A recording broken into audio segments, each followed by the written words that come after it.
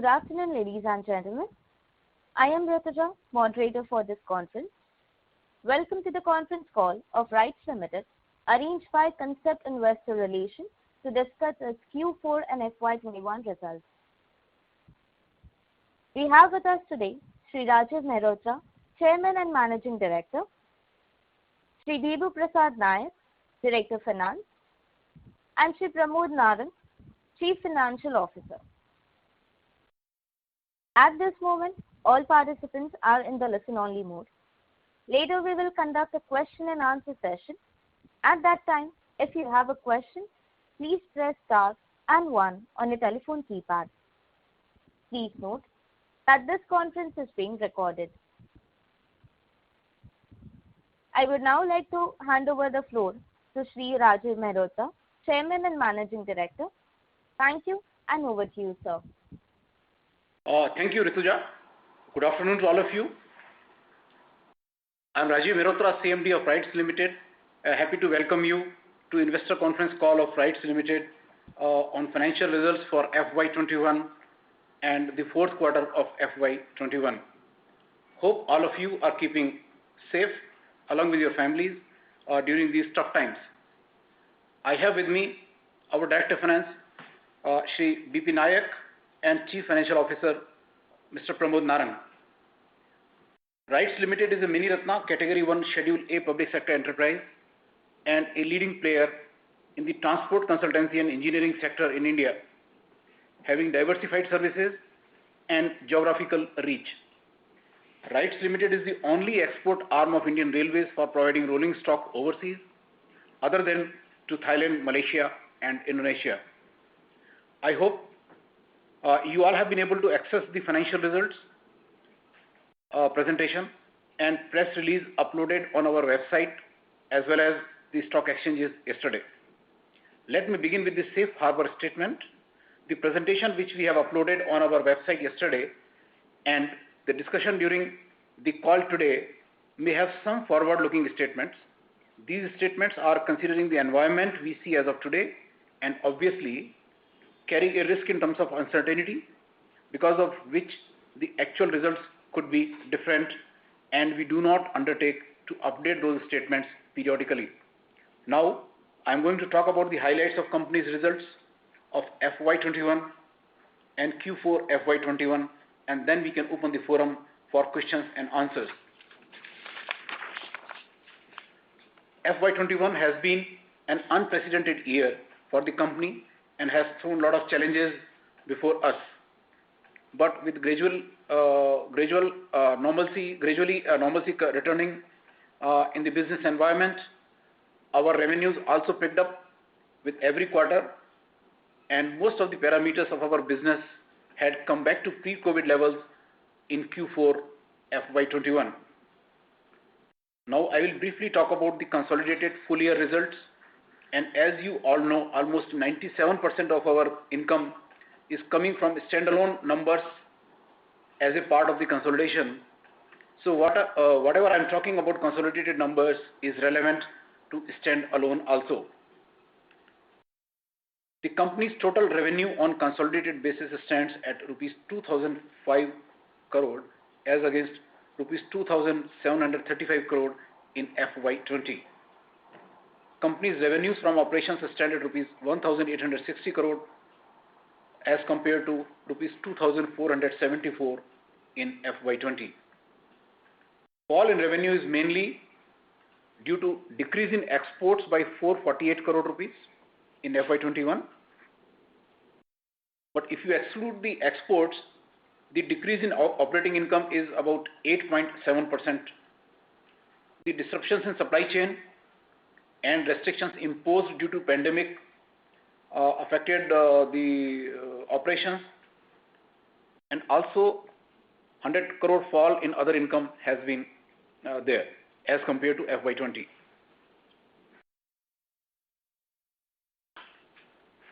EBITDA and PAT stand at rupees 505 crore and 444 crore as against 668 crore and rupees 633 crore of previous year. EBITDA and PAT margins sustained at 27.2% and 22.2% respectively. Despite fall in revenue, timely cost control measures helped the company in sustaining these margins. The earning per share stands at rupees 17.54 for FY21 as compared to last year's rupees 24.64. Now coming to Q4 FY21 performance on standalone basis. Q4 FY21 results surpassed the Q4 FY20, that is YOY, but were not enough to make up for shortfalls in the first 3 quarters we faced. Q4 FY21 total revenue is up by 6.1% to 632 crore rupees as against 596 crore in Q4 FY20. The operating revenue, excluding other income, was up by 12% and stands at rupees 619 crore as against 553 crore in Q4 FY20. And the growth from Q3 FY21 to Q4 FY21 was 42.7%. During the quarter, export started for Cape Gauge locomotives to Mozambique and coaches to Sri Lanka. And as a result, exports have shown a YOY growth of 54.5%. However, revenue from some consignments which were actually ready for shipment is going to spill over to Q1 FY22. 30 coaches remained at the port, Chennai port, which were ready for shipment on 31st March due to non-availability of ship on FOB contract basis. So the buyer was to send the ship. EBITDA and PAT up by 17.3% and 2.4% respectively and stand at rupees 172 crore and rupees 135 crore respectively. EBITDA and PAT are sustained at 27.8% and 21.3% respectively as a result of near normalcy in operations during Q4 FY21. Now coming to segment-wise discussion. Consultancy remains the highest income generating segment for the company with 54% of the standalone income coming from the segment. Company generated a revenue of rupees 972 crore against rupees 1066 crore in FY20 with sustained gross margin of 44.2% during the year. Focus on international projects has led consultancy income from abroad showing 18.8% growth during FY21. However, less procurement by certain clients impacted the quality assurance income during the year. Q4 FY21 has shown slight growth of 2.8% during the quarter. Now, leasing. Company's leasing business recorded income of rupees 108 crore in FY21 against rupees 120 crore in FY21. I'm sorry, I will read this again. Company's leasing business recorded income of rupees 108 crore in FY21 against rupees 120 crore in FY20. Leasing business margin has remained healthy at 35.6% during the year and 38.4% during Q4 FY21. Revenue from leasing business moderated due to reduced requirement of locos in H1. Exports. Exports revenue during the FY21 stands at rupees 93 crore against rupees 541 crore during FY20. Gross margins in exports stand at 19% against 22.7% in FY20. This moderation in margins is attributable to lower exports during the year. Remaining export orders are under manufacturing and most of the shipments are expected to be exported during FY22. Turnkey construction. Revenue from turnkey construction project stands at rupees 624 crore in FY21 against rupees 673 crore in FY20. Gross margins from turnkey segments were maintained and it stands at 3.8% against 3.4% in FY20. Revenue in Q4 FY21 has increased by 16.4% to rupees 198 crore, with execution reaching pre-COVID levels. Now coming to our subsidiaries and joint ventures, performance of our subsidiary Railway Energy Management Company Limited got impacted due to less traction power requirement during the lockdown, and revenue for FY21 stands at rupees 69 crore against 81 crores in the previous financial year. However, revenue from power generation within this total revenue improved by 46.9% and reached 16.5 crore during FY21. In FY21, our wagon manufacturing joint venture SRB WPIL revenue and profit stand at rupees 161 crore and rupees 2.5 crore respectively, against rupees 265 crore and rupees 15.5 crore respectively in FY20. And our joint venture IRSDC revenue and profit stands at rupees 39 crores and 5 crore respectively, against 50 crore and 5 crore respectively in FY20. Order book. Company's consolidated order book now stands at rupees 6,277 crore as on 31st March 21, with new or extension of orders secured to the extent of rupees 2,061 crores during the year. This order book gives us revenue visibility for almost next 2 to 3 years. We have sufficient order book in hand and shall exploit the various upcoming opportunities in infrastructure sector in India as well as abroad, which will help us in future business growth. Dividend. Final dividend of rupees 4 per share has been recommended by the Board of Directors, with total going up to rupees 13 per share as dividend attributable to FY21. This will have a dividend payout of 73.6% of PAT for the year FY21. That's all from my side. We are now open for questions and answers. Thank you very much for your kind attention. Thank you very much. Ladies and gentlemen, we will now begin the question and answer session. If you have a question, please press star and 1 on your telephone keypad and wait for your turn to ask the question. If you would like to withdraw your request, you may do so by pressing star and 2.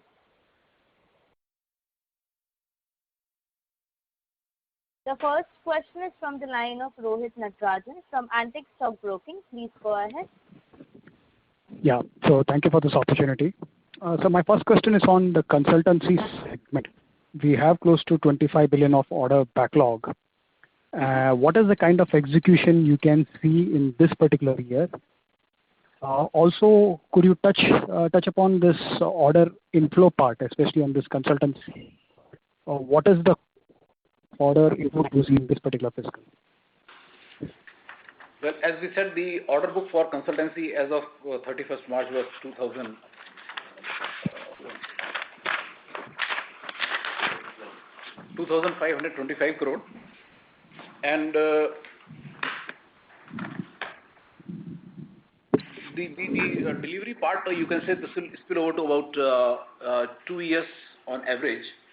So this has a combination of certain PMC works for rail connectivity projects of power companies or coal companies. This also has consultancy income from metro projects, which is spanned from 2 to 3 years, 4 years. So that is the profile of the consultancy as on 31st March 21. Inflow in Q1, consultancy, Q4, net from consultancy was 326 crore. Sir, I'm talking about the inflow for the FY22 part. How much are we targeting? The new non-railway revenue, non-railway consultancy orders especially.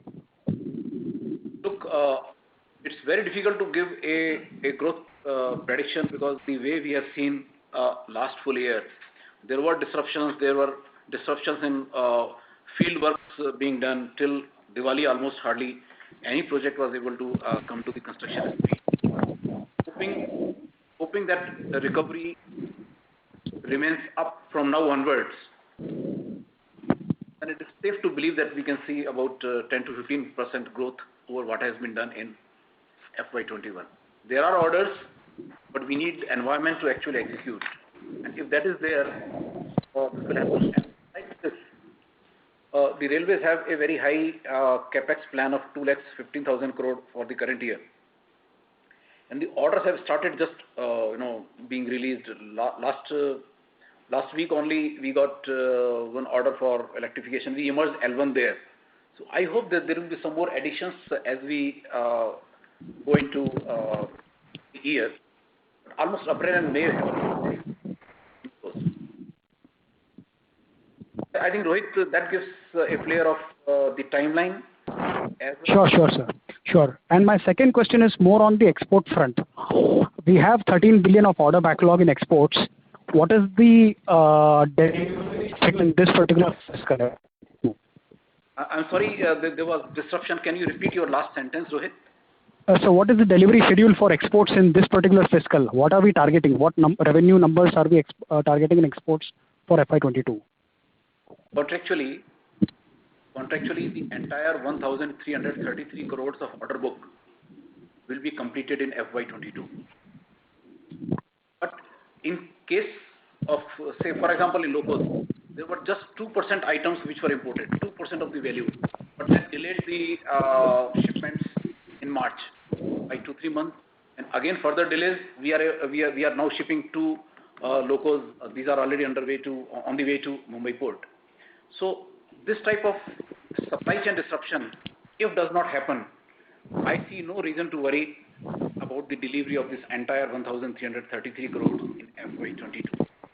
These are all under pipeline manufacturing. Okay, sir. Sir, I have one more question on this export front itself.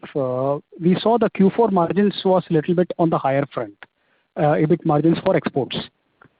Do you see that kind of sustainability in those margins in the remaining part of the order backlog? Well, this will depend upon what equipment has gone. So, within the export basket, also the margins for different products would vary. But as we indicated, normally this could vary between 15 to 25%. I think this is within that limit of the upper side. This looks like reaching. Sure. So that's it from my side. If there are any other questions, I'll get back into queue. Thank you. The next question is from the line of Vinit Gala from Monarch Network Capital. Please go ahead. Thank you so much for this opportunity.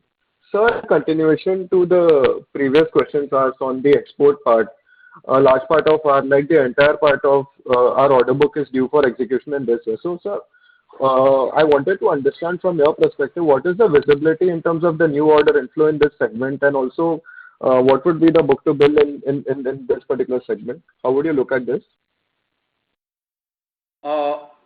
The visibility, it's very difficult to say, but the fact that we have started a new stream of, products for Cape Gauge market, we have inquiries coming from a couple of countries, but it's very preliminary.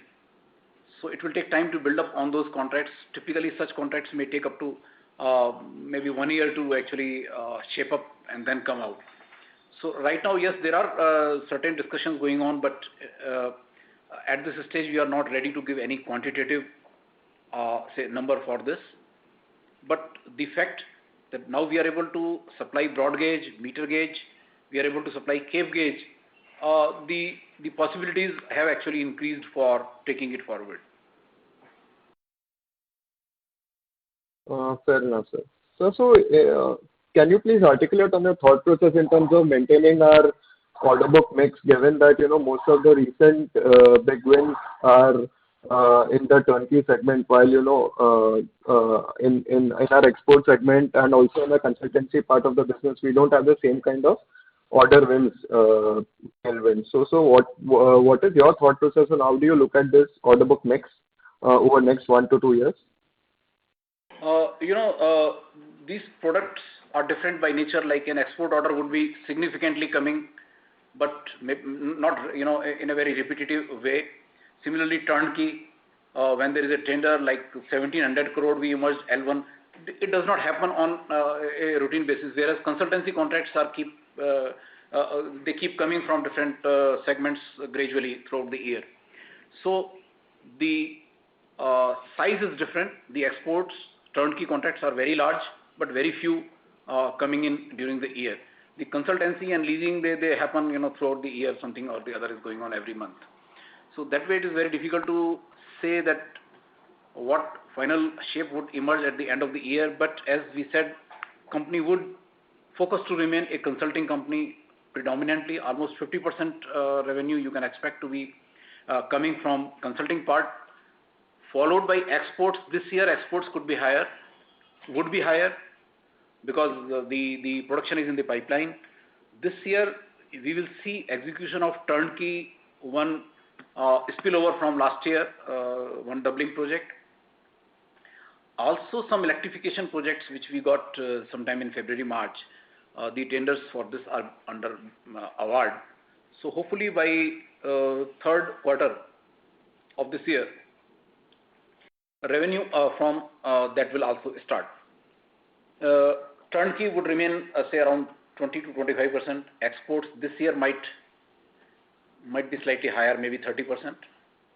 Then the balance is on leasing and energy management businesses. I hope I answered. I hope I answered. Yes, sir. So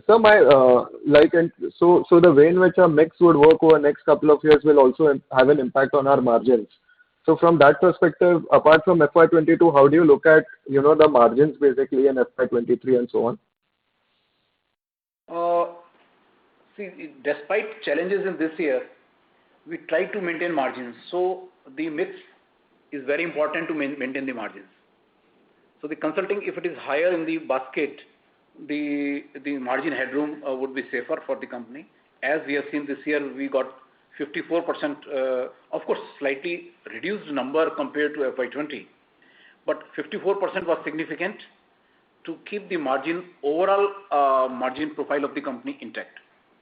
So going forward, I think till 23, I don't see any major shift in the existing business mix. Perfect. So last question on my side, what would be the breakup in our consultancy order book vis-a-vis, the quick moving parts, which is operation and maintenance and QA, and the second part, wherein, the conversion is slightly elongated, that is the rail and road infra. So what would be that mix? Okay, in the consultancy order book of about 25 crores, we can take QA orders to the order of about 350 crores. So that's a quick moving within the basket. And the further the further detailing I have is here. 1 second.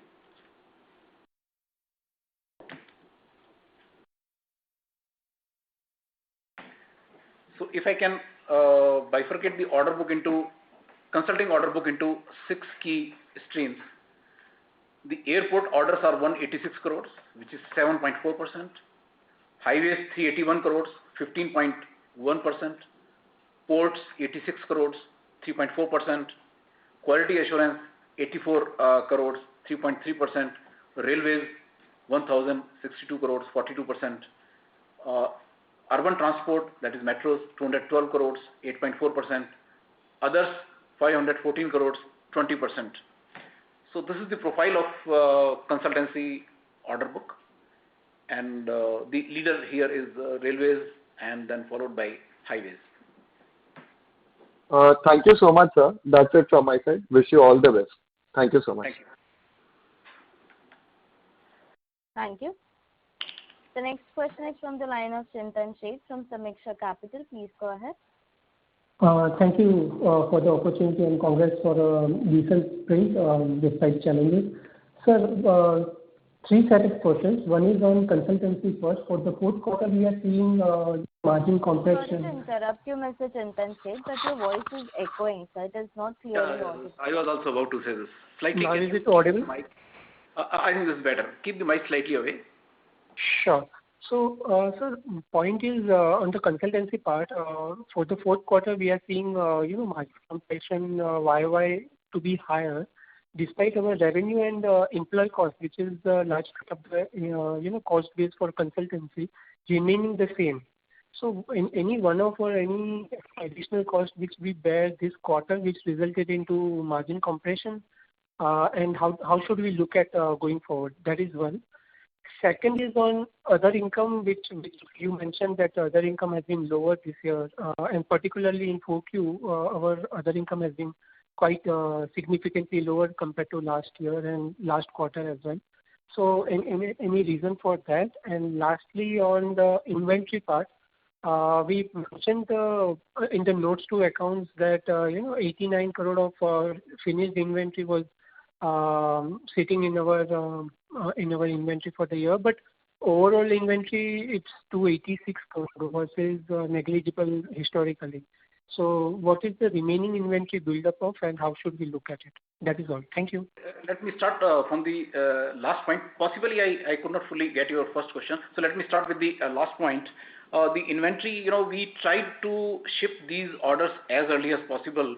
If you recall one of my previous discussions with you all, I said this year we'll try to push the exports to 400 crores. That was the target for FY21. Somehow, because of some sub-assemblies, some import contents not being able to reach the production units in time. Now, these 30 coaches were ready for shipment. We could actually take them to port, but then the remaining part could not happen on 31st because the ship which the buyer was to send was again, there was disruption in shipping lines during March. So this remained at the port. So we have taken this in the inventory. About 106 or maybe 104 crores of revenue of this shipment would actually be recognized in Q1. 30 coaches we are going to recognize in Q1 as being shipped out. Okay. But still the inventory number looks very bulky, 200 crores. So even if I remove this 180 odd crore which you mentioned in the notes, it still results into another 100 crore of inventory. So I'm just trying to understand why. Yeah, another 30 coaches were under manufacturing at Chennai but could not be taken to port because the port doesn't have the capacity to hold that many coaches. So that's also part of the. It's a very abnormal situation because in March the shipping lines were disrupted for various reasons, and this needs a good deck capacity to carry coaches. So largely because of the exports, finished, unfinished inventory which is lying with ourselves. Yes, but a lot of this would be pushed out maybe in June and in July because again in April and May, like one or two countries where we are going to export are still under lockdown. So if a ship reaches there, they would not be able to unload. So with all those logistics being tied up, then only exports are being shipped out. So there's no problem with the manufacturing now, but the logistics actually emerged as a challenge. Replying to your second part, the annual other income shortfall is led by one item which is 91 crore rupees income we recognized in FY20. This was in settlement with a client overseas. So and that was a pure income because we had already provided for this earlier. Now this FY20 income was not there in 21, so this was a major gap. Other factor was that there is reduction in interest rates, so whatever surplus money was earning went down.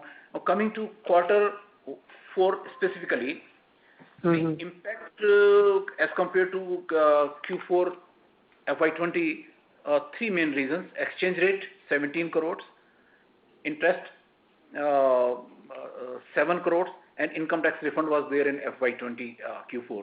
So this 29 crore explains the difference between that time to here. Okay, and on the consultancy, should I repeat my query?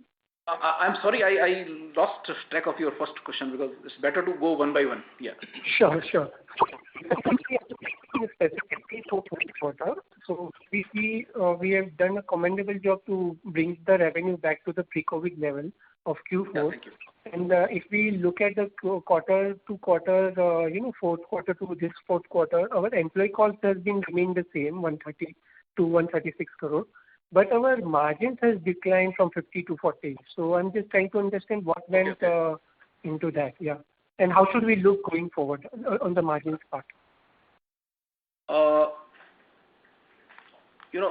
key impact was actually felt in the consulting business segment was on the quality assurance business. Suddenly, in Q1, Q2, there was significant reduction. Then this continued till March because certain clients did not place the orders or did not want the supply to take place. So the fixed cost of quality assurance team remained, but the revenue did not come. So this impacted, I think, about 12 crore rupees was because of this only. The 12 crore rupees down margin was only because of this QA additional cost continuing. And now coming to employees cost, we focused on the cost management since beginning last year. We reduced 166 numbers of employees. Never done rights in the past, but then looking at the ground realities, we kept working on this. A combination of steps were taken. So I think we will try to maintain the margins as we see. And if the competition emerges later, then it's a different thing. We will take a view on each project we bid in the future. But I don't see any threat or a major underlying change to the margin profile in business. Right. So we'll continue around bearing this QA part. Our margins will look much better than the reported number. Sure. Yes. Okay, sir. Thanks. I will join back in case I am. And all the very best. Thank you. Thank you. Thank you. The next question is from the line of Shreyansh Mehta from Equirus Securities. Please go ahead. Yeah. Thank you for the opportunity, sir. Sir, my question pertains to the export segment. So, sir, could you let us know that probably in Q4, how much amount could we have lost because of this, non-shipment of the exports? Okay. In terms of billing amount, this was... Yes. 105 crore rupees of invoice could not be raised because the shipment as per the contract could not be generated. Okay. Another 30 coaches remained under almost finished stage in ICF. And the port, unless the first lot is cleared, the second would not be permitted to be parked at the port. So we were in a situation where despite the production pacing up, the shipments could not happen. And all these we are trying to push in Q4. 2 locos are already, as I said, on the way to Mumbai port, would be shipped possibly next week. For 30 coaches also, ship has been sent by the client. So Q4 should see a reasonable disposal of what could not be done in March. So Q4 or 1Q? I'm extremely sorry. Q1 would see spillover of Q4 being settled. Extremely sorry, yes. Right. So 1Q probably can we expect in terms of exports around 300 odd crores in terms of revenues? Looks likely, yes. If second lot of ship is also received for this next 30 coaches, yes, we could. If not, then maybe 10-15 days here and there. Okay. Great. So second, my question is again pertaining to the exports. Basically, just wanted to understand our thought process, given that that 1300 odd crores would be totally finished probably by this year end. So which areas or which countries are we targeting now, and where do we foresee this order book, or how would we at least replace this entire order book? Well, the fact is that there is a slowdown, if I can say, in processing of such capital purchases in several countries. But till we actually submit a price bid, we would not like to share that number. But yes, we are going to bid for a project very soon, one order very soon. There are inquiries from 2-3 countries about the DEMUs, diesel multiple units, but that is very preliminary. So if I can say that readiness yes, we are getting ready to bid for 250 coaches maybe next month. Okay, sir. Any quantification in terms of numbers? No. We will just stay at that, and otherwise it will become too much of a forward-looking number without even getting the Got L1 it. or L2. Yeah. Got it. And sir, if I'm not wrong, probably we were also planning to enter into Ghana and African countries. So what's the status out there? We have not been able to send our teams actually. At least 3-4 countries we need to send our people to take up the discussions further. And these countries are actually creating infrastructure. So definitely Correct. they are candidates for purchasing. Now whether they buy from India or from anywhere else, all that is yet to emerge. But yes, Ghana is a possible candidate. Got it. Sir, the other question pertains to our capex guidance, and how much of the capex have we done for this year, and what's the plan for FY22? FY22 we have just approved 28 crore rupees of capex for purchase of 5 locomotives. We are going to place order now. We are building a lab cum office complex in Calcutta. Correct. A similar facility on a smaller scale in Lucknow. We have made 1 lab ready in Faridabad. So put together, if you see the investments in locos and further loco requirement would be around 150 to 175 crores. And then 200 crores equity, as we have already informed that we might take up investment in REMC for solar power required by railways. So put together Correct. around 350 to maybe safely 400 crores is what we have in hand. Similar amount we would be needing for working capital. And your first question, how much was spent in FY21? The amount is 80 crore. 80 crore rupees is net addition in capex, FY21. Okay. Sure. And sir, last 2 questions. One on, if I just do a math, of the indicative breakup, which we had given in terms of growth, we are expecting. So 1300 crores in, exports and stuff. So roughly we are looking at, roughly in the top line of 3,000 to 3,200 odd crores for FY22. Are we on track on that? Probably, do you think? Because that's a growth of almost 80 odd %, year over year. See, it's very visible that with this order book and with a major, statement that exports would be shipped out, the figure is definitely going to be much better. But we'll wait for the normalcy, and we would not like to comment at this stage a number on the outlook. But it is definitely going to be better than what we have done, or maybe better than FY20. Got it. And so my last question pertains to the turnkey segment. Now probably we are hitting that 4% mark. So can we surpass that, and can we move towards the 5 or 5.5% mark in the turnkey in terms of EBIT margins? No, that's unlikely. We have been, if you see our previous guidance, we have been saying the margins could be 2.5 to maybe 3.5%. So we have brought it to 3.8% with say economies. The travel costs are down, the employee numbers have been reduced. But beyond that, no, it looks unlikely. Maybe touching even 4 looks unlikely. Got it. So it would be in the similar range. Yeah, I think 3.5 to 3.75 is a safer, realistic assessment. Great. Okay, sir. Thank you so much, and all the best. Thank you. Thank you. The next question is from the line of Dixit Doshi from Whitestone. Please go ahead.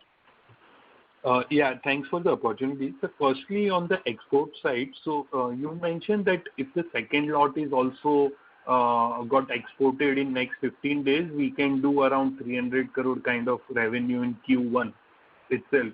So if that doesn't go, then it will be around 100 crore? No, then also this would be around 160, maybe 170, 180 crores is definitely there. Because these locos which are on the way to Mumbai, 2 locos already out. Then the 30 coaches are already on being boarded. The 30 next lot being shipped out by June looks slightly unlikely, because again there is a lockdown there. There was a lockdown in Chennai for a long time. So even if the ships had come, they would not have been able to upload. Okay. Now, in terms of, so let's say by end of Q3 last year, our order book was around 1,400 crore. And that time, our assumption was that we'll do around 500 to 550 crore exports in Q4. And then the remaining 700, 800 crore kind of export will happen in H2 of FY22. Now this 500 crore out of this 560 crore, almost 450 got moved to H1 of this year. But we are likely to do the similar H2 700 800 crore kind of. Do you feel let's say if there is no third wave and there is no another lockdown, then it is very much possible to execute that 1,300 crore entire in this year itself? Absolutely right, if there is no disruption further, because the entire supply requirement has been ordered and this is under manufacturing now. So 2 locos are already underway, 2 more would be done in July. So if there is no disruption in logistics or lockdowns, I am very confident that we'll have to ship out the entire 1,333 crores of order. Okay. And one last question from my side. So, in Turnkey, you mentioned that there is 1,700 crore of order where we became L1, and which is not included in the order book. Can you just mention that how much was the total tender size where we got 1,700 crore L1? Okay, just give me a minute. Let me take this number. See, this normally comes as a package of 6, 7, 8 projects, and then you have to rate. We give rate suitable based on the location, because if we are present there, my team is there, my office is there, So based on that, we have taken. The question is how many more were there? I think about 6, 7 projects were there. We are 2 packages and 8 projects. 8 projects were there. I have seen that list. Yes, there were 8 projects on which we. So in terms of let's say in terms of rupees, so we got around 1,700 crore kind of orders, right? So can we say that the total tenders for the those was around 5,000, 7,000 crore kind of tenders were there? Total was 1,700 and we got all. 100% we have got it, sir. 1,700. All the 8 you are saying? All the 8 put together was 1,700. Okay. We were L1 in all. Okay, what he says that in this category, these projects are doable by us, all the 8 packages. And we we have emerged L1 put together for these packages. And there is reason to expect more such packages, especially on the doubling and third lines. Yeah, so my question was, so let me frame it this way. So I assume that since last year, so the railways are going on a bidding among the PSUs, right? And you, IRCON, RVNL, all those companies have started bidding for the project rather than the nomination base. So in this bidding, we got 1,700 crore of electrification. So do you say that entire order is won by us and there was no order given to IRCON, RVNL? Is that understanding right? We have emerged L1. If there is any difficulty in any of the locations, then maybe we can decide to pick up 4, 5 or 6. Like last time, when we informed 800 crores, there were about 5 sections of rail lines which were given to us put together. So that is how these are sections put together 8, and we are L1. Right now there is no plan to give up, but we will see as the negotiations proceed. So we have not signed the agreement, we have emerged L1, let me qualify this. We have emerged L1, we have not yet signed the agreement. Okay. But this was a significant development we thought we must share with the market. Okay, sure. Thank you. Thank you. The next question is from the line of Kunal Sheth from B&K Securities. Please go ahead.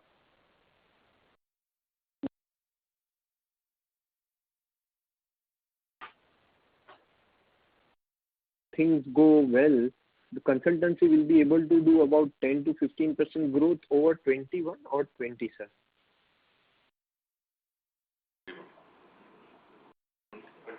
Sorry, if I heard your question right, you are saying the growth in consultancy, are you looking over 20 or over 21?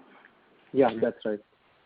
No. The FY21 is a fractured year, so if we at all talk growth would be on FY21. I'm sorry, again, 20. FY20. So if things go well, we can grow at least 10% over FY20 is what we are referring to, right?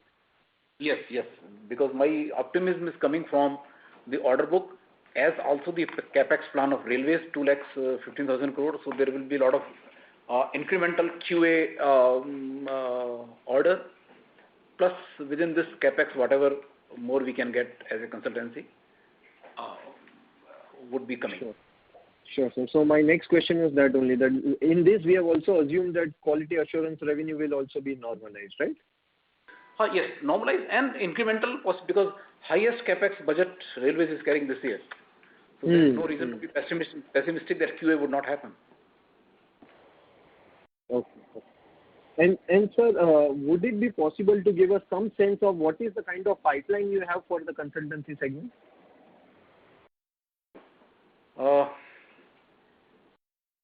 I think the indicative 10% growth actually consumes all our thoughts on this issue. We are going to bid for metro projects. We are looking for some extensions, and which is normal for any consulting company. So beyond that, quantifying any number at this stage would not be correct on my part. And I think the guidance of about 10% increase should for the time being suffice in my view. Sure, sir. Appreciate that. Sure. Thank you. Those were my questions. And best of luck. Thank you. The next question is from the line of Sarika Thorat from Union Mutual Fund. Please go ahead. Yeah, thank you for the opportunity, sir. I have two questions. Firstly, the media articles are suggesting that there is a station development happening for the Delhi and Mumbai railway station, CST railway station. And the amount is quite high, around 10,000 crore each, like that. So we will be bidding for these projects, and what would be the percentage of the engineering work we will be getting in these kind of a project? I want just a qualitative, data, not quantitative. And secondly, the update on the solar railway project. Actually, because we were actually in the bidding process last time you have mentioned. So what is the update there? I wanted to know. Thank you. To my knowledge, the New Delhi station, I'm not too sure about the Mumbai station they are saying, but these are coming on composite package basis and not consultancy or PMC separately. The bidder who has to develop that property will have to bring the engineering partner later. So at this stage, we do not see any role to give a bid for development of this project at our own resource.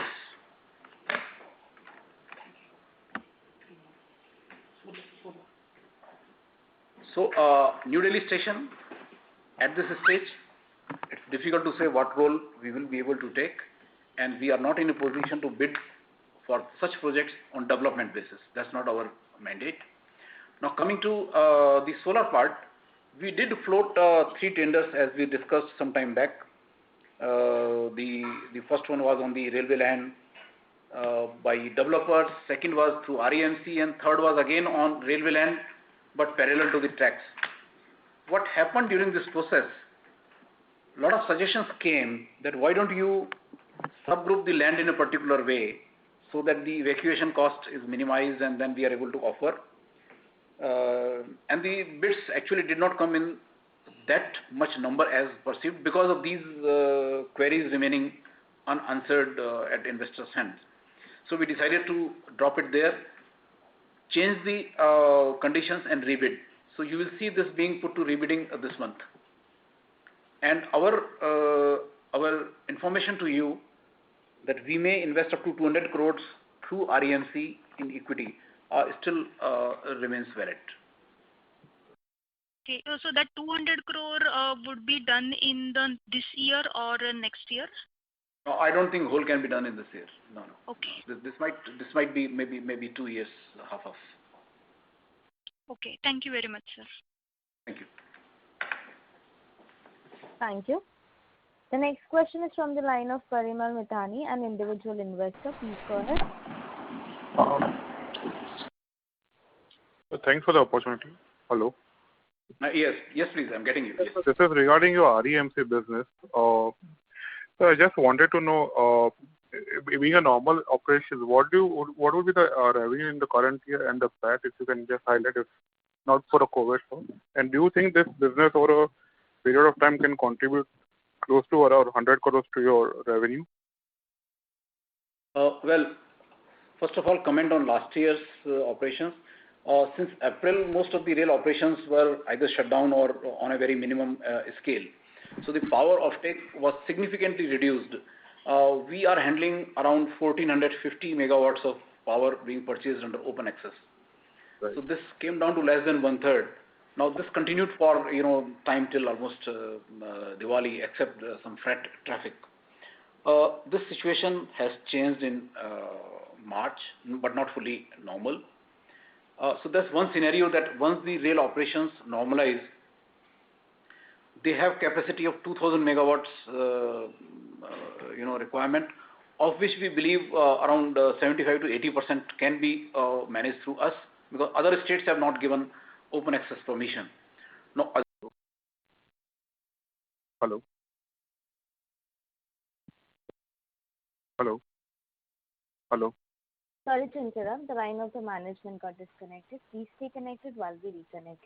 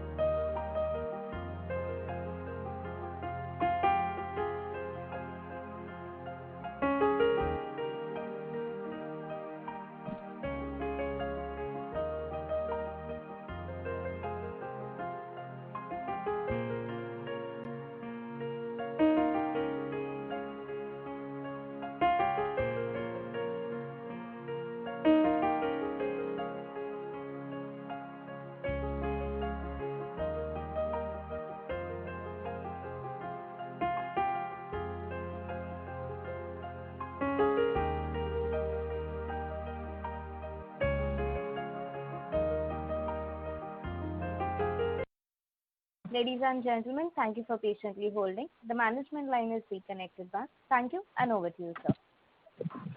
Rituja, sorry for the disruption. I do not know what happened. We thought our lines are intact.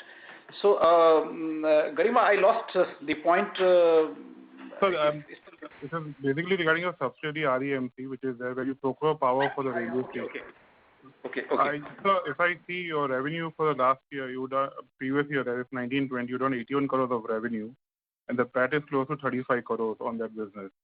So if there's a normal operation of the business, do you think this revenue could be a substantial contribution going ahead for next 2 to 3 years? That's what I wanted to know. And secondly, sir, you have a complete. And secondly, you have a consultancy part in this business. Can you just break up the revenue of this business, how it is and how do you do it? It will be much better for you. Okay, most of the business in REMC is on consulting, which is our fee income per unit basis for the power purchase for railways. And there is generation, I think about 16 crore per year is the generation coming from windmills in Jaisalmer. So except 16-17 crores, the entire revenue is consulting. Now, what is the size of this basket in near future? That's the question. And I will try to answer it from the plan which has been made public, that by December 23, railways want to electrify their tracks completely. And also keeping in view that DFC would be operational by then, it is estimated that the load would at least be minimum 4,000 megawatts. Right now we are at 2,000. and of 2000 we are handling about 75%. So Okay. if even for 4000 we handle 75%, so we would be handling something around 3000 megawatts of power, which is more than double definitely of what we are doing now. But that is a very conservative possibility in next 2.5 years. Beyond that, if there are more lines added with electrification, if there are more coal lines, more power lines, and then maybe semi-high speed projects which they are looking at, this can increase. And I think in about next 3 to 4 years, maybe this will reach around 5000 megawatts. Okay. And sir, any ballpark revenue you can give us? I'm not quoting you for that, but what is the revenue? Suppose you get at 4,000 crores, what will be the revenue for this? So this can go between 2 to 2.5 times safely. Okay, and with the same PAT margin which are they currently we are enjoying, or it will be maybe margins would be improved because we are not going to add fixed cost proportionately. Okay. And so my second question is in terms of consultancy business. After this award in the turnkey, so your turnkey side of the business, if you get it, if you sign the memorandum, will be much heavier compared to the consultancy part of the business. So how do you see that going ahead in terms of next 2 to 3 years? I think the turnkey contracts do not come in a smaller numbers and on routine. So they have come maybe just bundled up at a time. But consultancy, yes, we are exploring possibilities for submitting bids for metro projects and projects outside India also. So the increase in consultancy would be there, but may not perfectly match with the volume which you are seeing in the turnkey, because this has come just maybe as a backlog also. See, there is a backlog of doubling and third line projects. Once they come, maybe by September something should come there also. Okay. And sir, any update on the leasing business? If you can just so how do you see that going ahead? Leasing has started actually picking up. Once the normalcy started in January to March, we actually added 5 more leasing contracts. So yesterday's board has approved 5 more locomotive purchases. So I see this steadily going as it was doing almost 10% year-on-year basis. That possibility remains intact. Okay. Sir, just last question, if I can. Is it safe to assume, sir, we'll maintain the same dividend payout going ahead, which we maintained over the last 2-3 years, which is there? I think the 2 years story should give you confidence about the future, but I cannot commit. Okay. Thank you. Thank you, sir. Thanks for answering the question. Thank you very much. Thank you. The next question is from the line of Harshit Kapadia from Elara Capital. Please go ahead. Hi, thank you for giving me the opportunity and congratulations for good set of numbers under this challenging time, Rajesh and the team. I believe, sir, your stint at RITES has been phenomenal and RITES has achieved a lot more heights under you in this tenure. And congratulations for that and along with your team as well. I have some questions for you. So if you can highlight in some of the calls earlier as well as on some of the interviews you had mentioned that you have already developing some work for standard gauge network as well. So can you highlight, are you talking to some countries for export as an opportunity for even standard gauge coaches or locomotives? Is that something which is already in talks with? That would be really helpful. And along with that, on the export front, you were bidding for some projects in the Southeast Asian countries. So has that project been presently on hold, scrapped? What is the status? Because that was a large project that we were eyeing. That would be helpful. I'll follow up with more questions. Arshad, if I can answer standard gauge point first. Yeah. We were so far, maybe till 2-3 years back, were trying to sell what we used to manufacture. But then customization was not a priority, and possibly maybe a different quality was not all that pressed. But having worked closely with the clients and the experiment with Demu for Sri Lanka, it was a completely different profile product, went very well. Based on that, we started getting inquiries from other countries also. We were tracking Cape Gauge market, but as we got success in Cape Gauge product launch, we also have started working on one locomotive on a standard gauge. So I think by this year end, we should be having a prototype. Because unless you have a product, unless you see a car before you, you won't buy it. So it's necessary to first develop a product and then market it. We succeeded with the Cape gauge experimentation. We are going to repeat this for standard gauge, and the standard gauge market is much deeper than all others put together. So there is definitely interest. I would not like to name any country because we are not yet informed any exchange about this. But standard gauge, yes, we are developing this. And it will also be wise to understand, would the costing be lower compared to your other competitors, just on a normal basis, without getting deep into numbers? No, cost has to be competitive. There are competitors without naming any country. Yes, there are competitors, and we are able to compete. We will definitely be competitive. And gauge business is either you buy a ready-made bogie from outside or you develop indigenously. Rest of the things are not very different.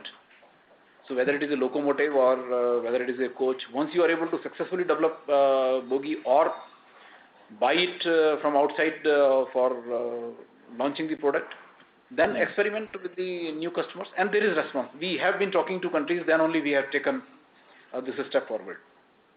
Okay, sir. Okay. And on the Southeast Asia export order, sir, which you are already working on?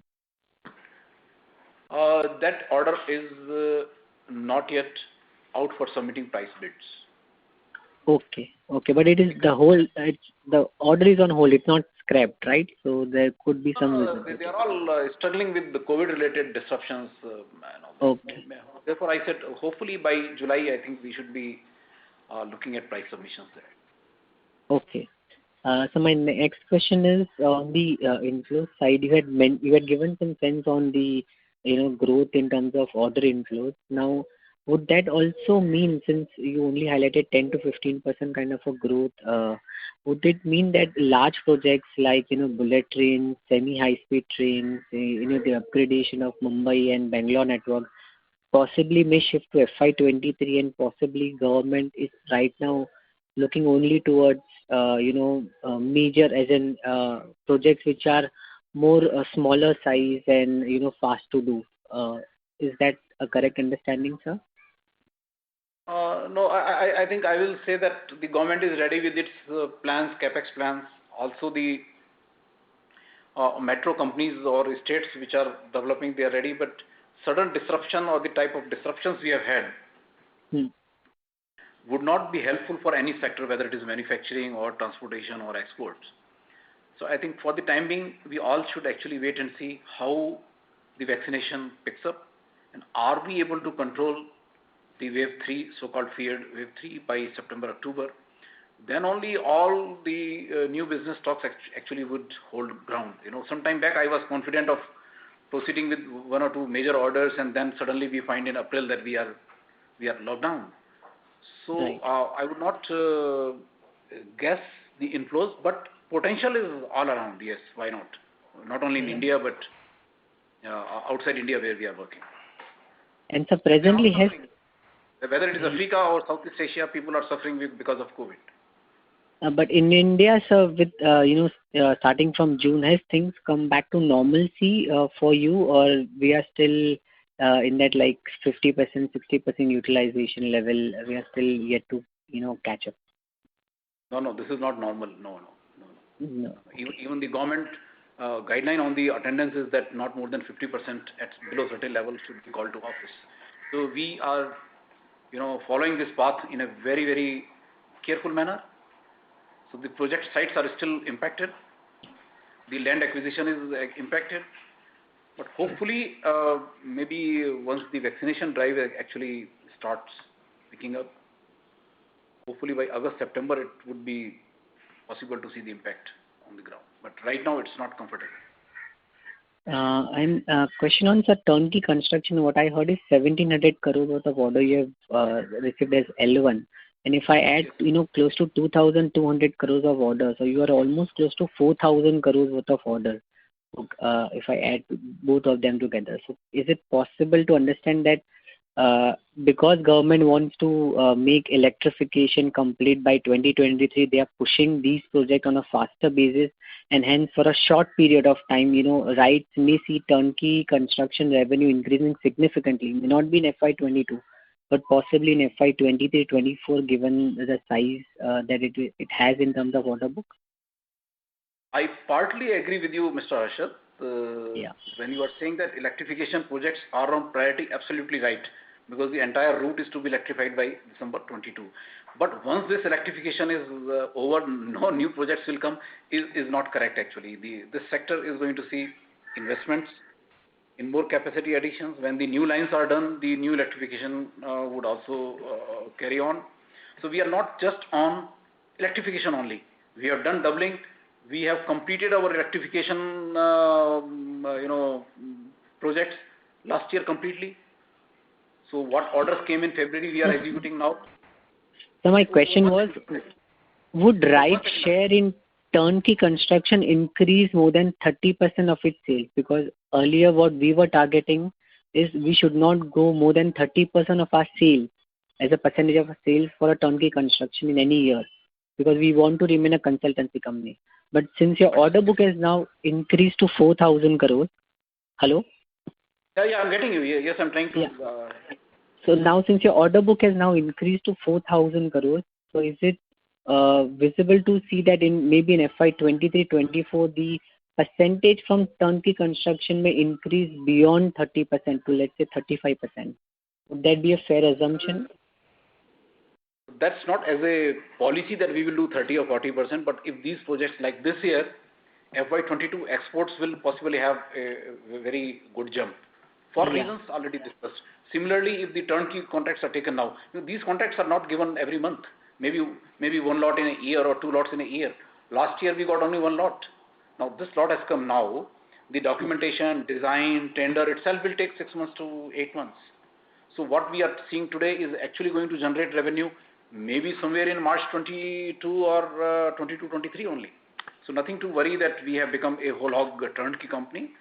But it is important to build up the orders in hand so that people can position their focus, manpower, everything in time. Okay. And so last question from my side, if you can, this is a bookkeeping question, if you can highlight the quality assurance revenue number for FY21 within the consultancy bracket. Just 1 second. This is 298 crores. FY21 you are asking? Full year? Yes, sir, FY21. 298 crores. This is, I think, about 10% lower than the... 367. 360, okay. This 367.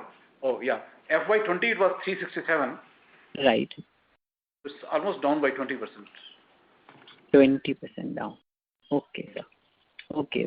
Wishing you all the best to RITES and the team. You heard me, the capex is highest this year. So we might actually make up on the base of FY20. Understood, sir. Okay, sir. Thank you.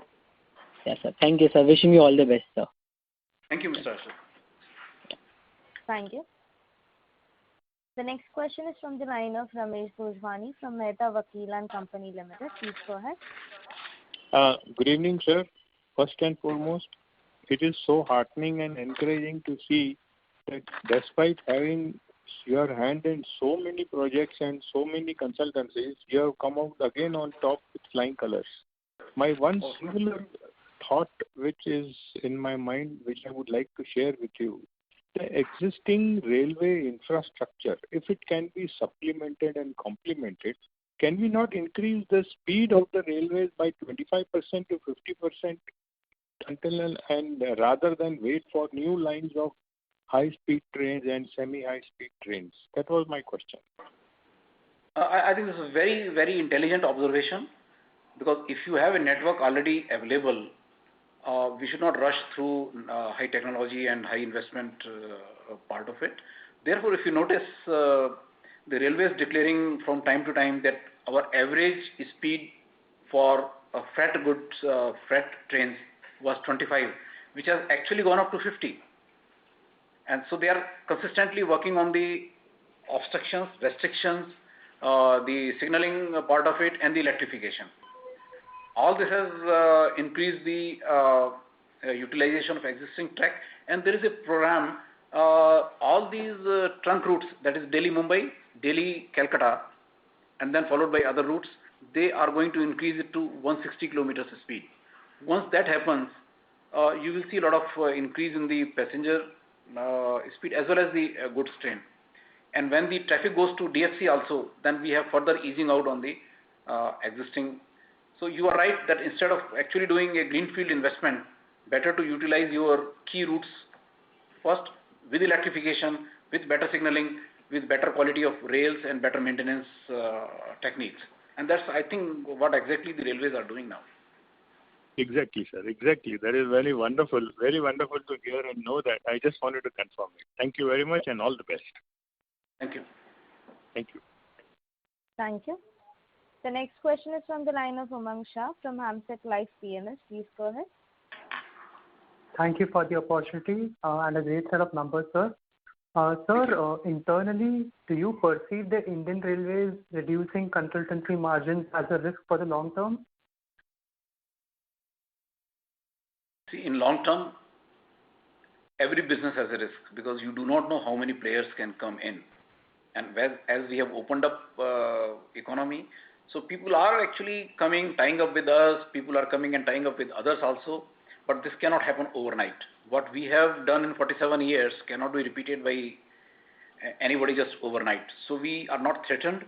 Rather, whenever there is a possibility, we are tying up with experts required in metro sector, high-speed segment, metros, and then airports also. So it is an opportunity also, it is a threat also. Now, it will depend how we use it. Sure, sir.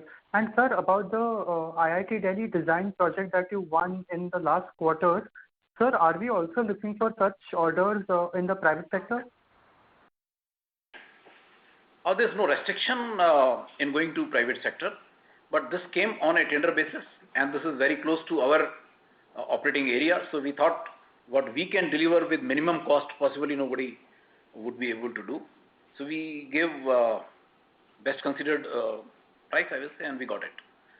And private sector, yes, we are ready to do if such a requirement is there in private sector. You know, we work with MEA, we work with the universities, we work with the defense, on all such miscellaneous institutional projects.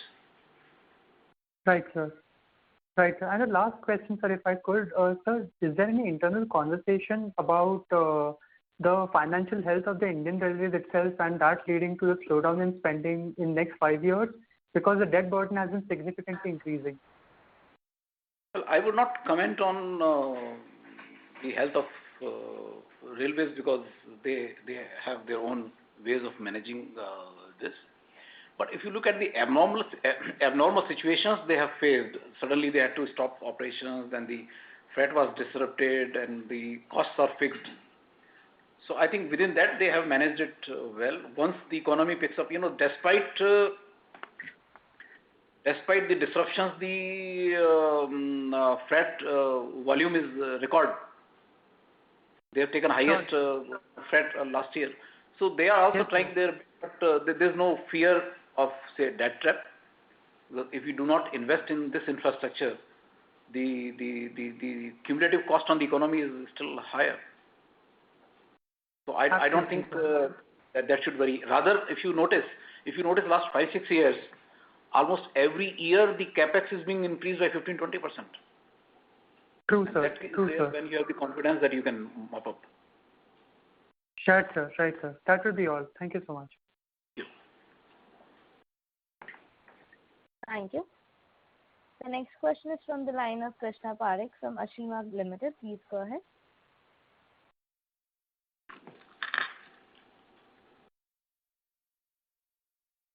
Yeah, my question has already been answered, so I have no question. Okay, fine. Thank you.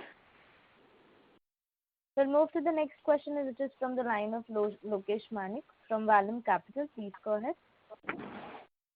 Yeah. Yes. Good afternoon, sir. My question was on the turnkey part of the business. Just for clarification, our role in the entire project would be for consultation and supervision, and the EPC part would be outsourced to a subcontractor, in that event, who bears the execution and the performance risk? Would that come on us, the project execution risk? That's a very, very important question, and let me clarify this, that our role is almost again like a consultant only. First to conceptualize, design, get it approved, put it to tender, select a party, and the risk is borne by the party. Okay. Party means the contractor. The entire EPC risk of time overrun is borne by them. So the selection of party is done by the railways, or that is done by us? We do that. Okay. Therefore, they have been able to accelerate the growth of, the results you are seeing, that 6,000, 7,000 kilometers of route kilometers of electrification is happening because a lot of agencies are putting their efforts. We are doing, other railway PSUs are doing, railways directly they are doing. Right. So that is the outcome you can see. Okay. And sir, if I understand correctly, this is a very attractive business that we have, and margins are high actually, similar to the consulting business, because we are recognizing the entire project cost on the revenue part, which is why the 3.5% looks optically low, but if you calculate on your 8.5% of the consultation fee, then it comes up to about 30%. Is that my understanding correct? Because we are taking on the entire project cost on the revenue. Absolutely right. The margin within the fee quoted is actually structured accordingly, yes. Absolutely right. So do we have any plans to maybe go aggressive on this business front, given that this is a working capital light model compared to a consultancy business? Again, that is a forte, and we don't want to divert too much from that. But a turnkey is very attractive for us to step on the pedal and probably hire more manpower and employee strength to cater to that side of the business, given the attractiveness of the business. Yes, you are absolutely right.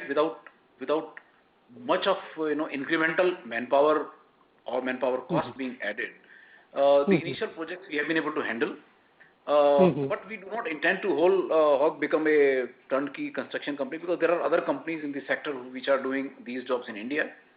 But this has definitely prepared us as a complete solution provider.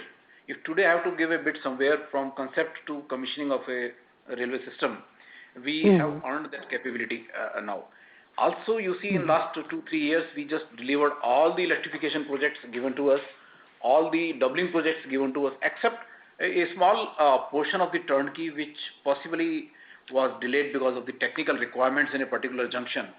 Our projects have been delivered without much incremental manpower cost being added to the company.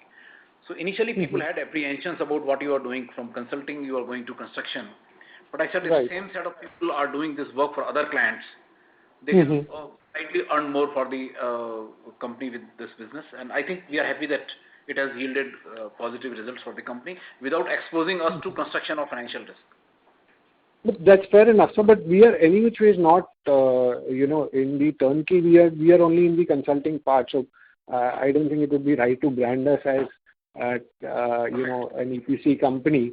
But then at the other end, it's also so attractive that we should be looking at going aggressive and not maybe with the existing manpower and probably with even more manpower or opening up more offices where these projects are coming up. Again, coming back to the attractiveness of the business compared to the rest 3 businesses that we are doing. I think we felt that we have capacity to handle a little more. So after completing the jobs in hand last year, then getting about 800 crores order sometime in February, I think we got. So we gave again offers for some more business. But not at the cost of our core businesses. Definitely not, sir. This can be an incremental. There is a scope to actually leverage it further within the employee's strength. And you see, we have reduced manpower by about 8%. Right. Still adding incremental business. So the productivity is being pushed up consistently. Right. So, and if I look at our growth on an overall basis, is it fair to approximate that with the capex of the government and the railway sector if the railway capex and the central government capex is growing at say 10%, we can expect at least 10%. Would that correlation be apt, 1:1? I think permit me to very guardedly answer my question. Very broadly, sir. Very broadly, nothing specific. I'm not going to hold you to. As per the new guidelines, something which is not declared, but given the publicly available information, there is a National Infrastructure Pipeline, NIP. Right. Where the basket of projects has been increased even in this budget. So within that, you see opportunities coming from railway sector, highways, airports, ports, power. We are into all these segments. So there is buoyancy on the, of course, once the normalcy returns, you will see things moving fast because we need to solve the unemployment issues as well. So when that happens, the companies like RITES, I'm sure will not be sitting back and not getting those incremental businesses. Right. So just last one, if I can squeeze in. On the project value basis of both consultancy and turnkey, on the project, not on the sale, what would be a market share approximately in these capex programs of the government and including the railways? A very broad idea in terms of our market share. It's very, very difficult because the market share itself is very difficult to determine. Okay. So 1,000 crore consultancy revenue would be approximate 10,000 of the project, 10,000 crore project value. Is that fair enough? 20 to 25 times. Okay, 20 to 25 times. So if I'm commenting on my income and multiplied by the multiplier effect on the project value, you are absolutely right. Okay. Possibly we are one of the biggest consulting fee income booking company, but I do not have more data to elaborate upon this. Right. But I think 20 to 25 times is the value we have to deliver to earn this money. So consulting income looks small, but then a lot of efforts go into. No, that's fair because in the past you mentioned that the about 8 to 10% of the project cost is usually the consultancy revenue part of the entire project. That's it, yeah. Yes. That's how I derived it. But so I think I'm optimistic about next couple of years because government says they will double and triple the investments. NIP is there with the projects identified and approved. Right. So let us hope for normalcy to return on the COVID front. Sure. Thank you so much, sir, for your time. Thank you so much. Thank you. The next question is from the line of Shriyansh Mehta from Equirus Securities. Please go ahead. Yeah, thank you for the opportunity once again, sir. So my question pertains to REMCL. So just wanted to know what is the investment as on date in REMCL? This would be around 105 crores total equity. 105. Okay, sure. Together both the partners, railways and rights together. So railways and rights मिला करके 105 crores. Bonus. And this is 51%. So this is so our share would be around 50-55 odd crores. 50-51. But initially we invested less because we recently gave one bonus. So correct. My colleague says that this is including bonus figure. So you can say that is the investment right now. Got it. And sir, once we do this 200 crore odd investment, where do we see, this top line, say probably a year down the line or 2 years down the line? Okay. See, there will be two types of revenues flowing in. Mm-hmm. One is on the return of investment for this correct. 400 megawatts, which is being done by us on ownership basis. So there we are likely to get that CERC formula, say roughly about 15-16% of ROE. Mm-hmm. That is one set of business. The second set of, and the bigger pie would be getting a fee which is right now indicated to be 5 paise per unit for power generated by others but consumed by railways on power generated on railway land, and this should give about the ballpark would be around maybe 40 to 50 crores of incremental business put together. Both things put together. Okay, so sir, I just wanted to, I'm just trying to understand, from, an investor's perspective, will it be a value accretive? Because, currently on a 50-55 odd crore, we are doing a top line of 100 odd crore. And once we do a 200 crore investment, again on that probably we'll be doing roughly around 60-80 odd crores. So I'm just trying to, am I right in my understanding? No, sir. No. You possibly missed one important explanation I did. That we are right now handling 75% of the installed capacity. The installed capacity itself will be more than doubled. And it's likely to be touching around 5,000 megawatts in 2 to 3 years down the line, including the DFC. So if you are handling that, you are already 2.5 times up from here, and then you add this. I think then you get a more comfortable, possibly number than what is discussed. Got it. So I think I'll take it offline. Got it. Okay, sir. Thank you very much. Yeah, separately, absolutely no problem. Sure. Okay, sir. Yeah, thank you. Thank you. The next question is from the line of Chintan Sheth from Sameeksha Capital. Please go ahead. Thanks for the follow-up. Thanks for the follow-up. Now the voice will be better. Sir, on the capex front, you mentioned 28 crore for the locals for 5 new locals, and the remaining 140 to 150 odd crores you mentioned will be spread over a couple of years, or this year itself we will be spending? Chintan, can you keep your mic little away? Let me tell you again that 28 crore rupees has been sanctioned by board yesterday for 5 in-service locomotives, and this is not the end of it. We already have indicated to the market that we intend to buy 10. Mm-hmm. So maybe there will be one more spell of purchases a little later. But since now the old locomotives are available at very attractive price, so earlier idea of going for expensive new investment is not needed. I mean, there's a change in circumstances completely, and we are getting a ready delivery. So very soon we'll be able to get these 5 locomotives. And then possibly again next lot would also be in-service locomotives, as we call them. Right. It will be already in service, but we'll be using them. Now remaining capex, I said there would be requirements. We already have started one building block with a laboratory in Calcutta, and we intend to do this in UP region also at Lucknow. So where about 120 crores would be spent in 2 years.